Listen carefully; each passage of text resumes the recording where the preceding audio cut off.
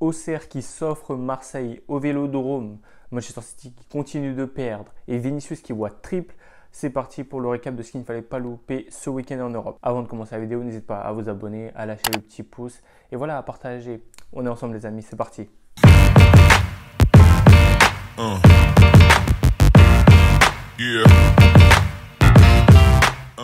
En France, Auxerre a créé la surprise en s'imposant au Vélodrome 3-1 face à un OM méconnaissable. Voilà. Défaite des hommes de Roberto De Zerbi qui restent sur le podium malgré tout, mais qui dans l'attitude ont semblé être sous pression au Vélodrome alors que c'est censé être le contraire. Quant à eux, les hommes de Pélissier, font une superbe opération. Et voilà quoi, ça, je sais pas, c'est assez surprenant comme score. Et comme résultat tout simplement de voir Auxerre s'imposer au Vélodrome. Et on a eu des déclarations fortes de De Zerbi qui a dit qu'il serait prêt à quitter l'OM si c'était lui le problème. Donc voilà, Marseille après un très bon début de saison commence à naviguer dans des eaux un peu troubles, même si comme je l'ai dit ils sont toujours sur le podium. Mais du coup à la 3e place puisque Monaco est repassé devant après sa victoire face à Strasbourg dans les dernières minutes grâce à Ilyes Benseghir. Donc voilà, les hommes du Rocher reprennent leur marche en avant après leur victoire en Ligue des Champions cette semaine. Et voilà, donc ça va mieux à Monaco et le trio de tête est composé du Paris Saint-Germain en tête qui s'est imposé 4-2 face à Angers, un doublé de Kanguinli, un doublé de Barcola. Voilà, c'est propre pour le Paris Saint-Germain après sa déconvenue face à l'Atlético de Madrid, à l'Atlético cette semaine aussi, voilà. Donc voilà, en Ligue 1 ça va pour Paris, en Europe c'est autre chose. Et bien sûr, il y avait le derby tant attendu entre Lyon et Saint-Etienne qui a tourné en faveur de l'OL grâce à un but du général. Voilà, victoire des hommes de Pierre Sage qui sont 5e au classement. Donc tout va bien pour l'instant à Lyon, tout va bien. Et voilà, c'est ce qu'il fallait retenir pour moi de ce week-end en Ligue 1. En Angleterre, la belle opération pour la 2e semaine d'affilée, elle est pour Liverpool. Mais oui les amis, mais oui, on est premier. On bat Aston Villa 2-0, on a notre clean sheet, on a notre victoire. Et c'est une belle opération, pourquoi? Parce que City a perdu. Oui, City a perdu. 4 défaites de suite pour City, cette fois-ci face à Brighton. Pourtant, City a mené au score grâce à Erling Haaland. Mais voilà, les hommes de Pierre Husler, j'ai plus son nom, le gars de Brighton là, mais voilà, on fait un formidable match. Baleba, mais quel joueur? Carlos Baleba. Baleba, si tu es intéressé pour jouer du côté du nord de Liverpool, parce que là tu es à Brighton, tu es à la plage, voilà, il fait bon. Viens dans le nord de l'Angleterre à Liverpool, on va t'accueillir. Tu vas faire un formidable duo avec Gravenberch. Oui. Donc voilà, magnifique prestation des hommes de Brighton. Joao Pedro qui revenait de blessure, qui rentre, passe décisive et qui marque.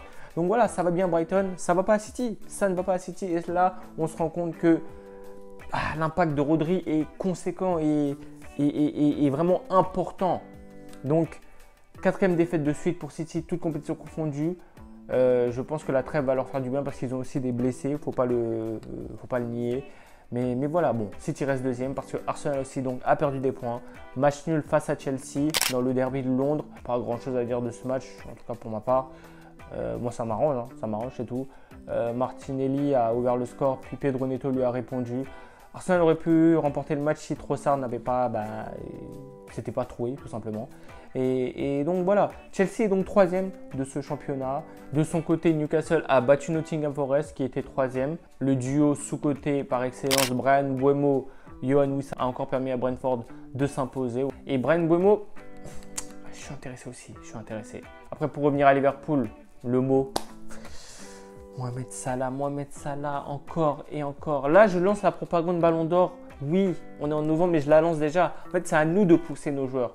On l'a vu, le vote du Ballon d'Or dernier a montré que la propagande des supporters envers leurs joueurs ou envers celui qui veulent voir remporter ce trophée est importante. Donc nous, on commence dès maintenant avec Mohamed Salah. On commence dès maintenant. 10 buts, 10 passes décisives cette saison déjà. C'est du propre pour le mot, pour le pharaon. Côté défense, tout va bien. Clean sheet, Ibou Konaté, Ibou. Oh là là, mais il est trop fort, il est imposant, en fait, ça fait peur de jouer contre lui. Keller, mais quel 2e gardien? Je le répète, on a le 2e meilleur gardien d'Europe. Que ça en déplaise à certains ou non, on a le 2e meilleur gardien d'Europe. Oh là là. Et Gravenberch, Ryan Gravenberch. Je ne sais pas s'il va durer comme ça toute la saison, mais qu'est-ce que c'est fort. Seul point noir, la blessure de Trent Alexander-Arnold qui n'ira pas du coup avec la sélection anglaise pendant la trêve. J'espère que c'est rien de grave et qu'il pourra être là contre City et le Real au retour de trêve. Et pour finir, United, qui remporte une victoire 3-0 face à Leicester. L'intérim de Ruud van Nistelrooy aurait été réussi. Voilà, Ruben Amorim peut travailler pendant cette trêve avant d'arriver. Et avant d'arriver pour un run compliqué pour Manchester United au retour de trêve. Donc voilà, en tout cas bien joué de la part de Ruud van Nistelrooy, un bon Bruno Fernandes, un très bon Amad Diallo. Donc voilà, ça fait du bien à United qui respire un peu. On va en Italie. Voilà, l'Italie, le championnat qu'on ne peut pas voir mais qui est super intéressant en ce moment. Voilà, les 6 premiers se tiennent en 2 points. Dans le choc du week-end, l'Inter et le Napoli se sont neutralisés un but partout. L'Inter aurait pu gagner si Çalhanoğlu aurait converti son penalty. N'empêche, il a mis une superbe frappe là dont il a le secret. Et donc voilà, match nul entre le Napoli et l'Inter. De son côté, l'Atalanta et la Fiorentina continuent toujours de briller. Retegui à l'Atalanta, Moiskin, auteur d'un triplé ce week-end, continuent de faire briller ces deux équipes assez inattendues, surtout la Fiorentina. Donc voilà, un championnat toujours aussi discret mais passionnant. Par contre, l'AC Milan qui a battu le Real Madrid au Santiago Bernabéu en Ligue des Champions, a fait le match 3 buts partout face à Cagliari, doublé de Raphaël Leao. Mais les hommes da Fonseca stagnent un peu en Serie A, donc c'est un peu dommage vu les belles performances qu'ils ont affichées en Europe, en tout cas cette semaine face au Real Madrid. Et de son côté, la Juventus s'est imposée 2-0. Voilà, encore un but de Kenan Yildiz, un autre crack. Donc voilà, franchement cette série elle est à suivre cette saison, en tout cas vous pouvez la suivre avec moi dans mes récaps. Et voilà, si vous pouvez aller les regarder sur l'équipe, les 2 matchs qu'ils diffusent. En Espagne, le Real Madrid, après sa déconvenue face à l'AC Milan, justement, s'est imposé 4-0. Il y a beaucoup de choses à retenir dans le mauvais, malheureusement, puisqu'il y a eu 3 blessés. Eder Militao qui s'est refait les croisés. Franchement, en l'espace de 2 ans, c'est triste, quoi. Vraiment, c'est la pire blessure qu'on peut avoir pour un joueur. Ça fait beaucoup de ligaments croisés qu'on entend en plus depuis ces dernières années, mais on sait la faute à qui. Blessure de Lucas Vazquez et de Rodrigo, le tout en une mi-temps, c'est ça le pire. Donc pour Militao, c'est fin de saison bien sûr, et Rodrigo et Vazquez, c'est 3 à 6 semaines si j'ai bien regardé. Donc voilà, n'empêche, victoire 4-0 du Real Madrid qui fait du bien, triplé de Vinicius. Voilà, il a dit qu'il en ferait 10 fois plus suite à sa deuxième place au Ballon d'Or. Voilà, triplé, il met tout le monde d'accord. Mbappé, ça va pas trop, voilà, rien à dire de plus. Bellingham qui marque, on voit que ça lui a fait du bien. Camavinga au top, vraiment. Et le petit là, le Asensio là, pas le Asensio qu'on connaît, le Asensio de la défense qui du coup, suite à la blessure de Militao, qui fait une super passe d'ailleurs pour Bellingham. Voilà, donc c'est peut-être au Real Madrid aussi de s'inspirer du Barça dans le sens où il faut faire monter des jeunes. Je sais que ce n'est pas la marque de fabrique du Real de faire confiance à des jeunes, mais il faut se servir de son centre de formation et la preuve en est, le Real a plein de jeunes à disposition qu'ils ont éparpillés partout en Espagne, donc il faut les faire un peu jouer comme c'est le cas de Asensio, j'espère qu'il va continuer. De son côté, le Barça s'est incliné face à la Real Sociedad, 1-0. Le Barça s'est fait pour moi voler, voilà. Je sais pas, on refuse un peu au Barça, mais vraiment genre pour ça quoi, à cause du hors-jeu automatisé, alors que franchement c'est ridicule. Donc voilà, le Barça s'incline mais garde son fauteuil de leader. Donc voilà, il y a ses points d'avance sur le Real. On a vu qu'il y avait une différence avec l'absence aussi de Lamine Yamal, puisque le Barça ne s'est pas procuré franchement beaucoup d'occasions. Donc voilà, Lamine Yamal ne sera pas avec l'Espagne durant la trêve, donc j'espère qu'il va se reposer pour être en forme pour le retour de la trêve pour le Barça. Et de son côté, l'Atlético de Madrid a remporté son match grâce à un but de Johnny Alvarez. Voilà, tout va bien. L'Atlético bat le PSG et gagne son match en Liga. Donc voilà, ça va du côté des Colchoneros. En Allemagne, le Bayern s'est imposé 1-0 grâce à Musiala face à Saint-Paul, Saint-Pauli, je ne sais plus quoi. Je sais même pas, on n'est même pas une équipe d'Allemagne. Donc voilà, rien à dire de plus. Le Bayern conforte sa place, tranquille, ils ne font pas trop de bruit. Et voilà. Par contre, il y en a qui font du bruit, c'est les gars de l'Eintracht Francfort. Mais Omar Marmouche, c'est quoi ton problème? Comment ça tu mets 3 coups francs en une semaine?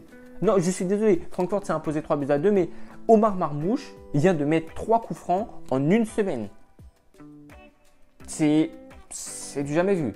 Voilà, Francfort s'impose 3-2. Encore une fois, Ekitike et Marmouche contributeurs.